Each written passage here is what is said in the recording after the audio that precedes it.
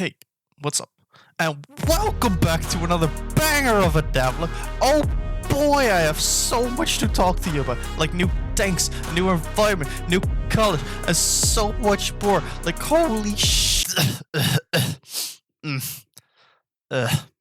I can't be that hyped for the entire Devlog or I will die.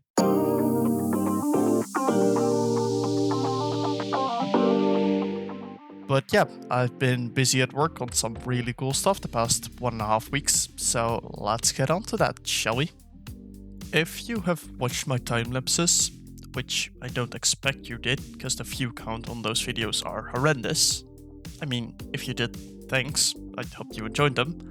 But yeah, I have already made 2 other tanks for this game. So it's time to actually start getting them into the game. So after I added the models into the game and gave them the movement script, I worked on the interesting part of giving them different shoot patterns than the main tank.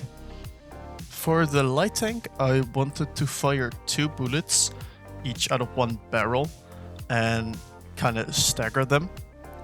So it would first shoot out of the left barrel, then the right barrel quickly after that. I tried to implement this and the missiles didn't want to accept the velocity, but I figured out the problem and now you can shoot in a staggered pattern.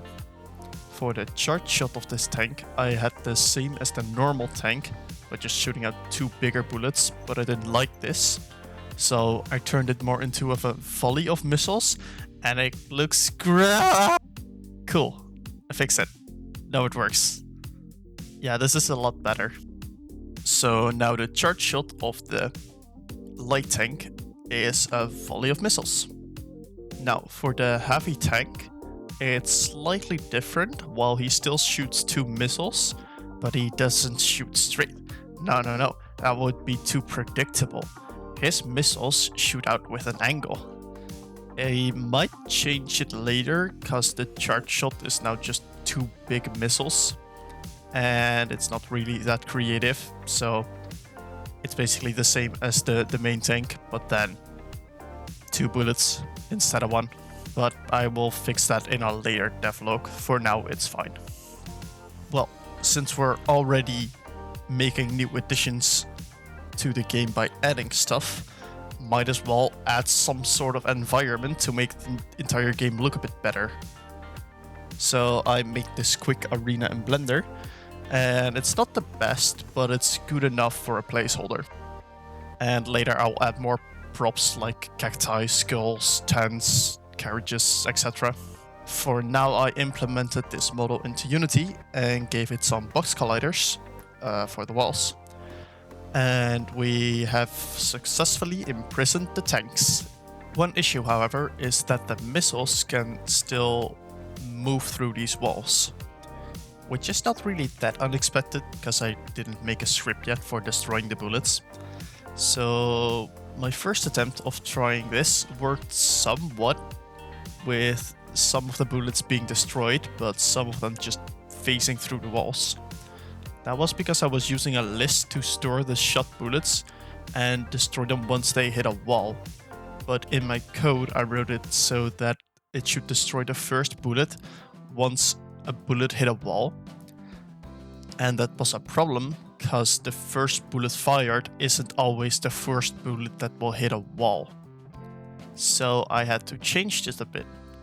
So now after instantiating a bullet, I will add it to a list, and I set a reference for this bullet back to the tank and give the missile their index within this list.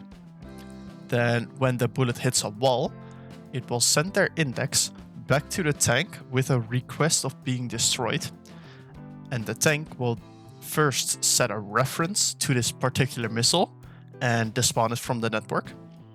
Then it will loop through all of the other missiles and decrease the index of all of the missiles with a higher index, so there won't be any out of index error, which happens quite a lot if you work with lists and loops.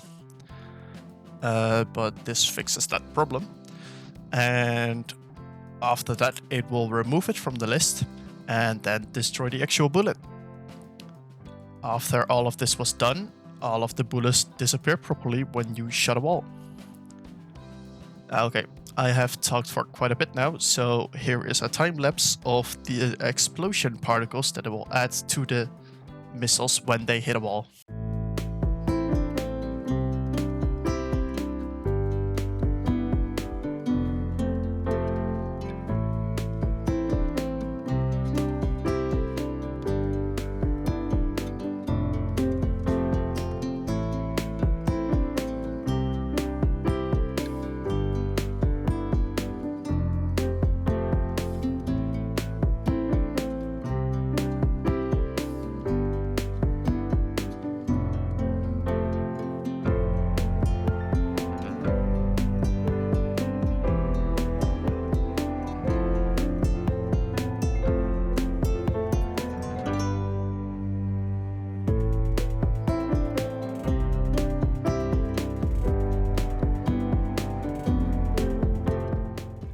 Cool. I put the particles onto the missile, and now we have a pretty convincing missile that when it hits a wall, it explodes. I mean, it won't hit other tanks yet, but so far I did not have time for that, and I will do that in another devlog. Okay, until now the tanks have spawned in the same position in the middle of the arena. So I want to make them spawn on opposite sides of the arena. And at first that didn't work. Then I fixed it. And now it does work. Don't really have anything else to say about that, to be honest. It's not that interesting. Okay, on to the next feature, which is giving ammo to the tanks. For now, all of the tanks have had infinite ammo, so you could just kind of spam your mouse button and you could just kind of become a machine gun, which is fun, but it's not really my intention for each tank. So I added a cap for the amount of missiles each tank can have in the scene. So now the normal tank can only have 4 bullets, and the charged bullets still only count as 1 bullet, but I might want to change that later so they count as 2 bullets. But that's balancing, and that's not really that important for now. Okay, I have been mostly focusing on the normal tank and getting features like destroying bullets and ammo to work on the main tank. So it's time to give some love to the other 2 tanks as well, because they've been just kind of neglected so far. The light tank had some issues on the client side, where the direction was not really given to the bullets when you fire them, resulting in just kind of floating there menacingly. But I wanted to first try to let it work locally, and after I did that for both of the tanks, I wanted to work on the multiplayer part. So I fixed the floating bullets for the light tank and added the same code to the heavy tank, and ta-da! Now they both work, and the bullets of the tanks get destroyed when they hit a wall. There was a small issue with the ammo count for the tanks, so they go insane, and that's not intended. So after I patched that up, both of the tanks are now up to par with the normal tank, in both local and the multiplayer side. Well, I say that, but not entirely, because they're still missing their unique charging particles, so it's time to make those.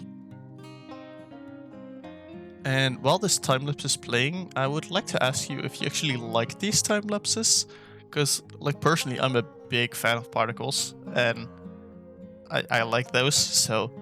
But I kind of want to hear your opinion on this, so if you could leave in the comments what you think of seeing, like, me making these particles, that would be greatly appreciated.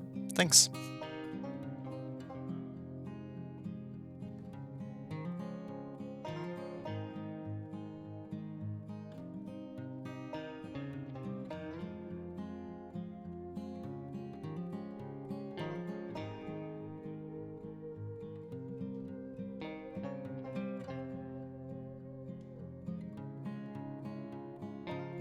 Nice. Now the tanks are really up to par with the normal tank.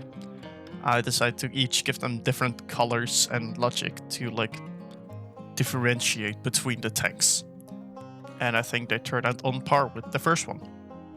as you might have seen in the thumbnails, I want the players to be able to choose a color for their tank when they play the game. So it was about time that I actually implemented this into the game, which was a bit tricky, but now feast your eyes on this beautiful, majestic, and blue tank. There's also this purple one, and we have this red one. There's this bright orange one, and lastly, my personal favorite, piss yellow. Now you can have each of these colors on every tank, and I might want to add some more colors later, as it's not really that hard to add them. Well, that was everything I did. The next things on my to-do list are missiles being able to hit other tanks and like doing damage and a health bar, etc. Adding some props into the environment and maybe making some of those destroyable. And I will attempt to make a lobby system so I can start testing with other people and not just playing against myself. Well, I did not expect this video to be so long, but my next video will probably be another time-lapse for making some props for the game, so that will release sooner than the next devlog. And with that said, that was the end of the video. I would appreciate it if you would subscribe if you haven't done that already. Oh, and while you're still here, I would really like to thank you for the combined 500 views on the first two videos. I did not expect that many people to be actually interested in my little tank game, so I would really like to thank you for that. And with that said, thanks for sticking around, and I'll talk to you later.